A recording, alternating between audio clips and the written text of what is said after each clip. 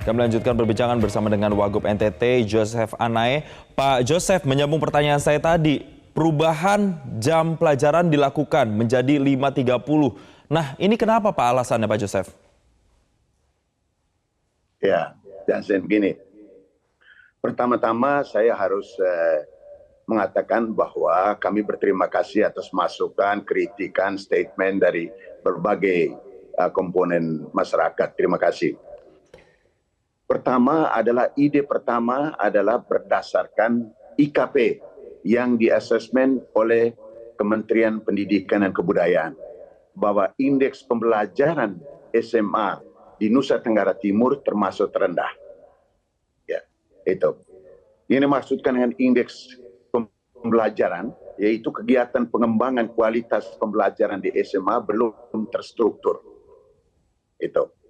Dan yang kedua, dari mata telanjang kita bisa melihat bahwa sekolah-sekolah swasta yang ada di Nusa Tenggara Timur jauh lebih bagus daripada sekolah negeri.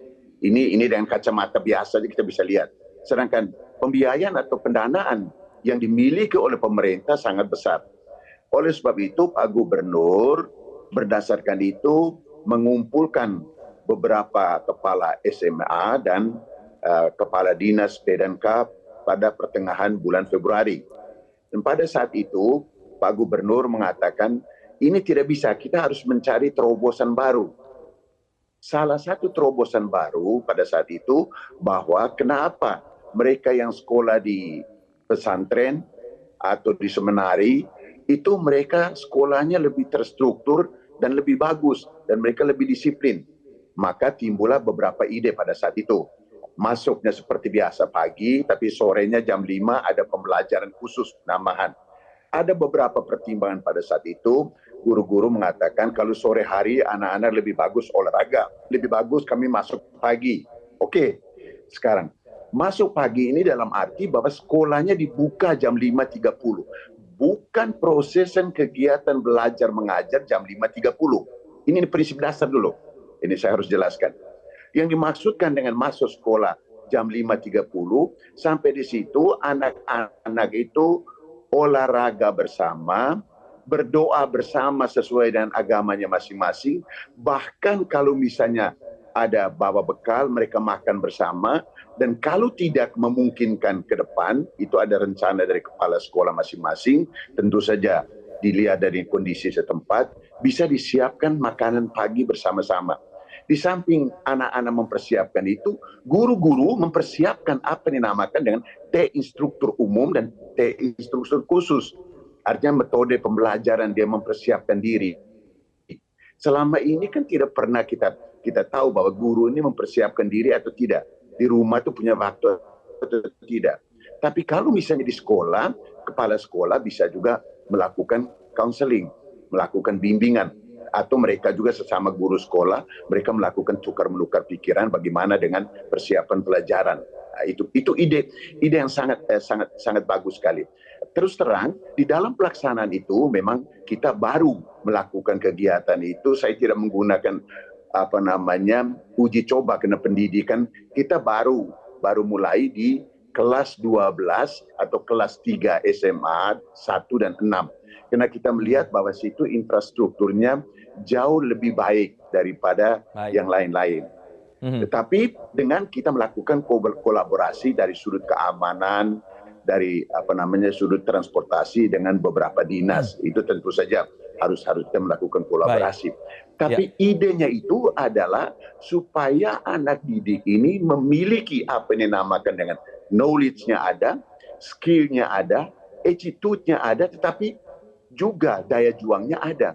Dan juga guru-guru harus mempersiapkan diri dalam proses pembelajaran itu. Ada, kalau dulu waktu saya guru SMA, ada yang namanya T-instruktur umum dan T-instruktur khusus. Tidak tahu sekarang namanya apa, tetapi saya kira sama aja. Tapi diminta supaya guru-guru dan kepala sekolah saling kolaborasi, mempersiapkan diri. Sehingga anak-anak itu punya suasana belajar begitu. Mereka datang pagi, senang-senang dengan teman-teman, berdoa bersama. Ya, saya kira itu penting sekali untuk berdoa masing-masing agama. Kemudian bila perlu mereka juga bisa saling bertukar bekal dan sebagainya. Kemudian baru masuk ke sekolah dan di sebelahnya ibu guru dan pak guru mempersiapkan diri. Baik. Itu idenya. Jadi secara teknis Pak Joseph 5.30 Jason. itu bukan langsung mulai pelajaran, tapi ada kegiatan seperti olahraga dan juga persiapan antara siswa dan juga guru sampai dengan olahraga dan juga bekal. Nah, kalau misalnya untuk mulai pembelajarannya sendiri itu berarti di jam berapa, Pak Joseph? Begini, kami serahkan kepada sekolah masing-masing. Kalau mereka bisa setengah jam itu lihat kondisi anak-anaknya sudah baik dan kemudian bagus, mereka sudah melakukan itu, ya jam 6 bisa, atau jam 6.15 atau 30 bisa mulai dengan kegiatan KBM, kegiatan belajar mengajar gitu. Dan itu kami bilang idenya itu adalah dimensi idealnya adalah anak-anak ini harus dididik disiplin, anak-anak dididik supaya daya juangnya ada, keterampilannya ada, pengetahuannya ada, attitude-nya ada, itu idealnya. Kemudian kita lihat realita di lapangan itu bagaimana. Realita di lapangan itu bahwa komponen-komponen pendidikan bersifat prasarana, sarana, transportasi dan sebagainya itu masih kurang, maka kita minta supaya sekolah itu menyesuaikan. Oleh sebab itu, di SMA yang tadi pagi Pak Gubernur saya pergi kunjungan, mereka semua datang jam 5.30, kemudian mereka nyanyi sama-sama, apel sama-sama, dan jam 6.05 mereka sudah masuk kelas. Dan guru-guru sudah mempersiapkan mereka punya bahan pelajaran. Ini udah bagus, dan anak-anak tadi saya lihat mereka cukup semangat. Memang waktu pertama pasti berat untuk bangun pagi. Baik, Pak Joseph. Dan yang kedua, saya menanyakan kepada mereka, tadi kebetulan saya hanya sebentar aja, saya tanya mereka, kenapa kamu bisa datang pagi? Oh, kami tidur jam 8. Oh, bagus, saya bilang. Baik, Pak Joseph, tapi kalau mereka masuk kemudian bisa berkegiatan di sekolah mulai 5.30, apakah ini benar-benar efektif untuk tadi yang Pak Joseph bilang, meningkatkan daya juang mereka, meningkatkan karakter dan juga soft skill mereka? Apakah dengan jam pelajaran yang lama di 6.30 itu evaluasinya kurang meningkatkan hal-hal tersebut, Pak Joseph? Begini Pak, salah satu cara. Semua ada berbagai macam alasan untuk meningkatkan kompetensi daripada seorang anak. Ini daya juang seseorang itu bisa juga dimulai dengan bangun pagi. Ini alasan kami mengapa dia supaya bisa bangun pagi, supaya malam tuh mereka tidur lebih cepat juga. Dan mengurangi kegiatan-kegiatan yang tidak perlu di luar.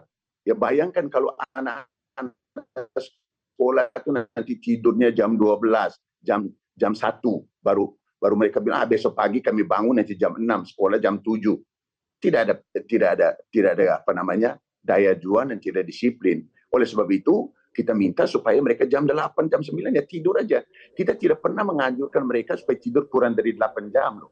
Tidur harus 8 jam, betul. Tetapi proses-proses ini bisa kita step by step menuju ke sana. Ingat Bapak Ibu bahwa pedagogi itu artinya paida itu artinya mengantar. Gogos itu ilmu mengantar. Mari kita mengantarkan anak-anak kita supaya anak-anak kita bisa disiplin, bisa memiliki kompetensi dan sebagainya. Bayangkan dari 200 sekolah di Indonesia tidak ada satu sekolah di NTT yang masuk itu. Ini menurut asesmen dari Kementerian Pendidikan dan Kebudayaan, Pak. Begitu kami evaluasi dengan Pak Gubernur mengatakan coba kita coba supaya mereka bisa masuk lebih pagi. Kemudian suasananya belajarnya lebih enak, guru-guru juga mempersiapkan mata pelajaran di sekolah lebih bagus. Dan ini coba hanya kelas 12 dan bukan sekolah yang di NTT semua SMA di NTT tidak, dan bukan semua SMA SMK di Kupang tidak. Ini hanya 2 sekolah SMA 1 dan SMA 6 yang kami melihat infrastruktur dan sudah mendukung begitu Pak Yosef ya. Sudah agak bagus.